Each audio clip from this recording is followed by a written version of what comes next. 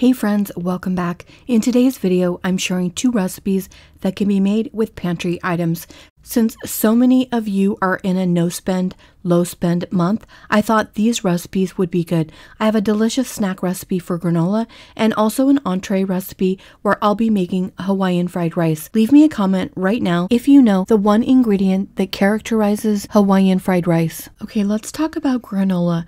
I was at the store a few weeks ago and I wanted to buy some granola, but it was so expensive, even for this kind with just the oats, without any nuts or fruits. So I put it back and I decided to make my own. It's super easy to make and you probably already have all the items in your pantry that you need. There are some things that are so much better homemade, and granola is one of them. I'll make 2 batches of granola. The first one is a basic simple recipe, and for this one I'll be using oatmeal, brown sugar, salt, vanilla, and some nuts, and in this case I have walnuts. If you don't have brown sugar, you can substitute white sugar here. I searched for a highly rated recipe that doesn't call for maple syrup because that does add to the cost of the granola. This recipe also doesn't call for oil, making it much less expensive, but will it turn out as good as my other recipe? I'm not sure. We'll find out together. I added a half cup of brown sugar to a 1/4 cup of water. I'm just going to stir this and then microwave it until the brown sugar is fully dissolved. I'm making a smaller portion of granola since I'm only cooking for 1. I'm adding 2 cups of oatmeal, and then for my walnuts, I'm just going to do a rough chop, and I'll be using about 1/2 cup.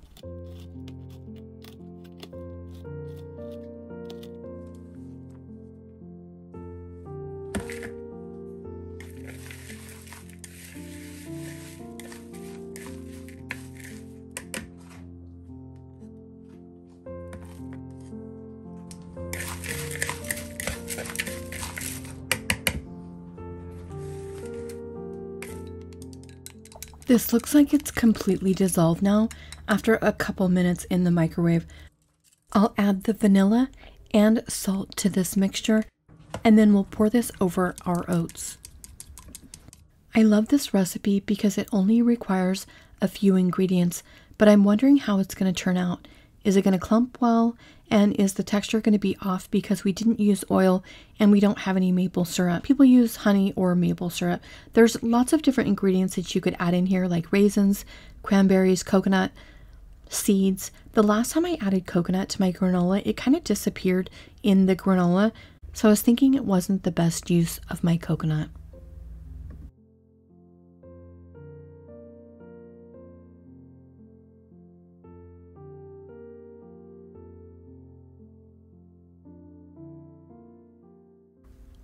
I believe it works best when the granola is kind of crowded in the pan so that each piece is touching another. I think it helps to form better clumps. This recipe calls for a lower temperature for a longer time, so I'll be cooking at 275 for between 45 minutes and 1 hour, and we're not going to be stirring our granola halfway through. I'm calling my next batch deluxe granola. For this one, we'll be adding in berries, seeds, maple syrup, and olive oil. I'm making another small batch, and this time I'll be adding in a 1/4 cup of pepitas, also known as pumpkin seeds. I buy 1 bag of these every 6 months or so, just because I like to have these on my oatmeal now and then. I'll add a 1/4 cup of pecans. Sam's Club had a great deal on these recently. I don't usually get pecans, so these are a treat. I picked up these cranberries at Dollar Tree, and these are some of the most beautiful looking dried cranberries I've had in a long time. I guess it's because I don't usually buy name brand, but these are so plump and full looking. They almost look like small cherries. I love adding sesame seeds to my granola. For me, it's that special ingredient that makes it so irresistible. For this one, I dissolved 2 tablespoons of brown sugar in a 1/4 cup of maple syrup, and then I added 1/4 cup of olive oil and 1 teaspoon of vanilla, and this is the mixture I'll pour over the oats. For this recipe, I'll be cooking at a higher temperature for about half as long as the last one, so it'll be interesting to compare taste testing both of these recipes, and I have had this one before, so I already know it's delicious.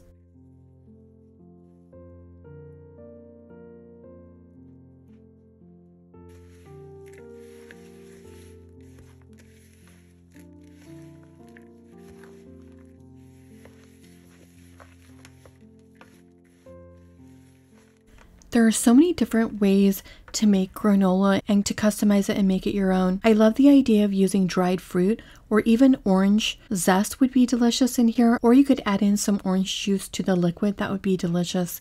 Some people like cinnamon, but I'm kind of picky about my cinnamon and which recipes I like it in. I don't care for it much in granola. Also, I like the idea of adding in little pieces of dates. Really, anything chewy is going to be good here.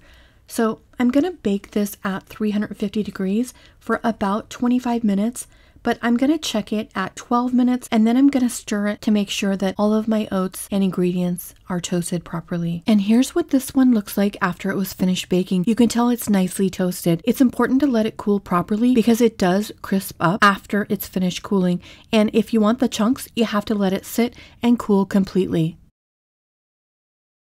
Here's the first one I made that had the minimal ingredients. It looks like it's set up nicely. And it's forming nice chunks, so that's good.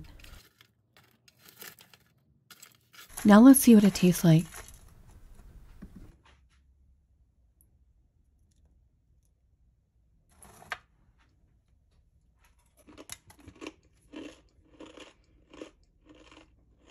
It's nice and crispy. It's sweet and salty. It doesn't have as much moisture without having the added oil, but it's really good. This is a healthier option too, which I like. Now let's try the other one. This one is also forming some nice clumps. I've read that if you add egg whites to the granola, it makes it super chunky. However, I've been able to get it chunky enough for my liking, just like this, and I don't want it to be all clumpy because when I add it to my yogurt, I like it a little finer.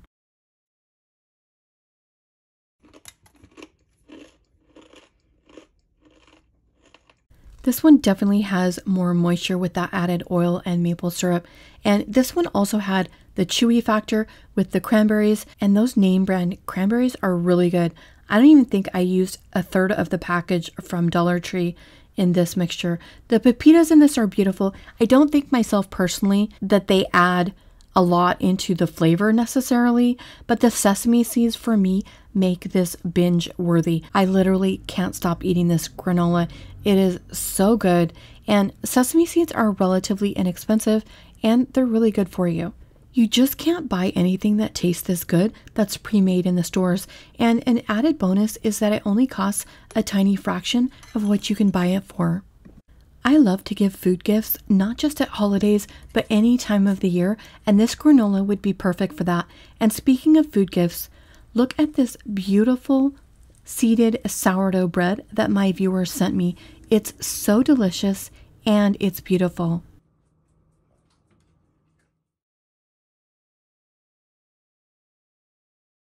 For my next recipe, I'm making Hawaiian fried rice, and I actually started this recipe yesterday by cooking up some white jasmine rice. And I added some turmeric along with a small amount of chicken bouillon, and then I just cooked this and added this to my fridge for my recipe for tomorrow. I thought this would be a good recipe to make because most of these ingredients you probably have on hand for the no spend January, like the lunch meat, the rice, the canned pineapple, and then as long as you have a frozen bag of vegetables, you can make this recipe. I'm showing the crushed pineapple here, but actually the chunks or the tidbits I think would work better. And I actually have some fresh pineapple because I just spent some of my Sam's Club cash that I've been accruing all year for some fresh veggies and fruit. So I've got that in the fridge. I'll just use that. And I also had this Italian parsley. Normally you would put cilantro here, but this is what I have, so I'm going with it. If you don't have either, that's fine too. Just leave it out. Anyway, let's go ahead and get started.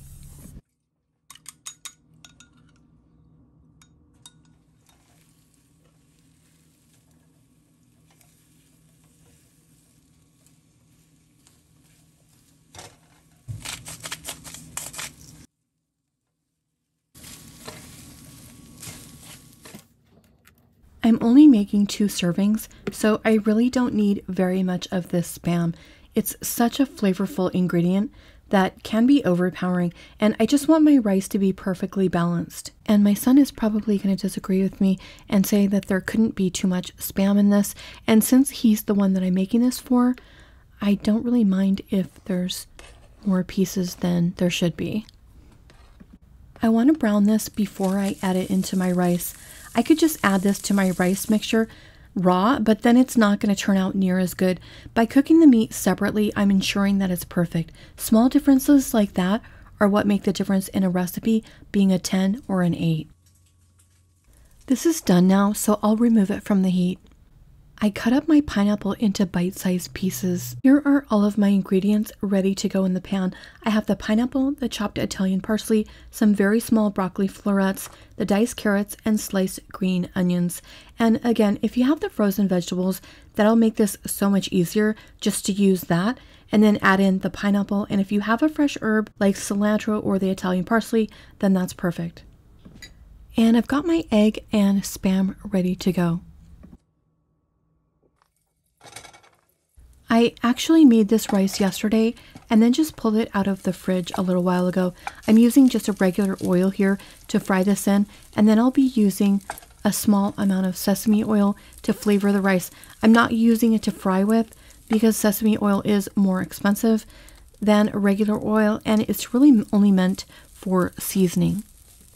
It's optional, so if you don't have it, don't worry about it. It's still going to taste really good. Normally when I make fried rice, I add some of the chicken bouillon into the rice when I'm frying it, but this time I added the bouillon to my rice maker, and it's making this dish super easy to throw together. I tasted this and the rice is already perfectly seasoned. It just needs some soy sauce and garlic powder. I would expect you to cook your vegetables the way you like them, but my family likes ours kind of al dente. For example, if the carrots get too soft, they get very sweet and they just fall apart. We like them to be a couple steps before that, so kind of tender, but still with a little bit of substance to them.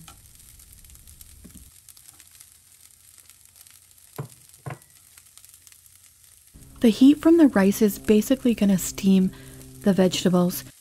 If you're a vegetarian, you can make this with the crispy chicken patties. I've actually made this for myself quite a few times like that, or if you wanted to use one of the vegan meats, I think one of the sausages would work well here.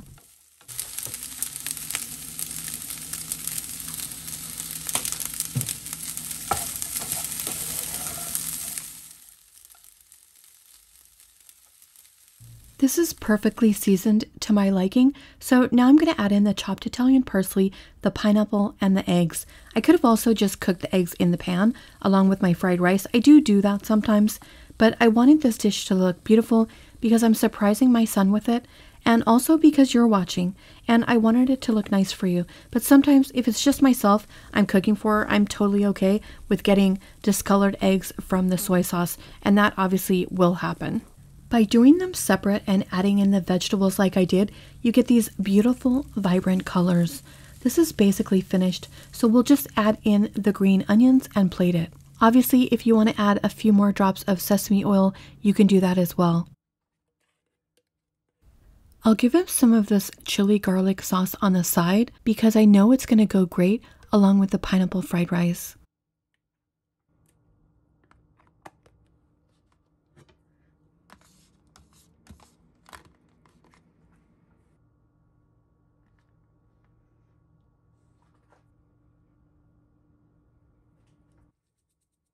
I'll garnish this with some white sesame seeds. The little tidbits of pineapple and Spam are so delicious in this fried rice. I hope you'll give this recipe a try. That's it guys, thanks so much for watching. I do hope you like this video. I'll see you Sunday, if not sooner, on my other channel. Morning has broken, my windows are open. Wanna feel the wind blow through my hair. Which way do I follow? What happens tomorrow? I turn to you and hope you can guide the way. Sometimes I give up